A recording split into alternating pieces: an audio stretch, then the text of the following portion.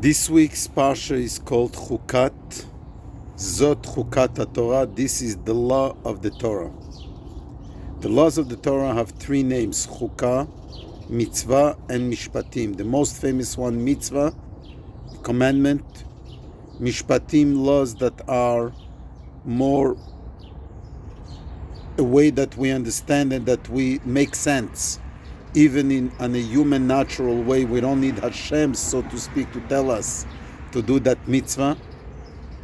It's like the mitzvah of honor your father and your mother, don't murder, don't steal, don't kidnap, return a lost object, be honest. As the Talmud says that some mitzvot we would learn even from a cat. Mitzvah and edut, testimonials are like the mitzvah of Shabbos, holidays, tefillin, which is a mitzvah that is Hashem gave us the reason. Then there is the mitzvah of Chukah, which is engraved and is beyond the rationale, beyond reason. The reason Hashem did not reveal to us, but that's what we do. That's what Hashem wants us to do. Zot Chukat Torah, this is the law of the Torah, that's the name of the parsha, implies that the entire Torah really is a chukah. The entire Torah, even the mitzvahs that make sense, even the mitzvahs that are rational, nonetheless, we do them not because they make sense and because they're human, but because Hashem wants us to do them. And they're engraved in us in a way that cannot be erased. Yes reason, no reason, we cannot, they're forever. Something that is written could be erased, could be washed off. Something that is engraved, chok, chukah, chakikah, in engraving cannot be taken away. It's there forever. That's how the Torah is.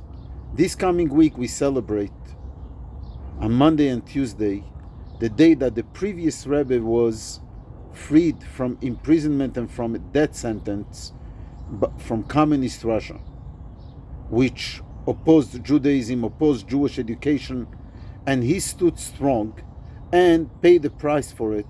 And on the 12th and 13th of Tammuz he was liberated, and in turn shortly after immigrated to the United States, started the movement of Chabad that we know today, of being Jewish centers, pillars of light throughout the world. One of the stories about the previous Rabbi was that when he was faced with a gun to ask him to reveal who are the people behind him in the that are helping him, his helpers, his assistants, in the underground Jewish education schools empire that was taking place in Russia, and he was threatened that if he won't open up his mouth, this gun will affect him, God forbid. He replied with great Jewish pride, this gun, this little toy, could scare someone who has two gods and one world. But one who has one God and two worlds, this little toy does not scare us. That's chukah. And this approach needs to take also in today's modern, affluent world, that nothing will change our commitment to Torah and mitzvahs, to Hashem, to Jewish education. Communism could not take away from us our Jewish neshama,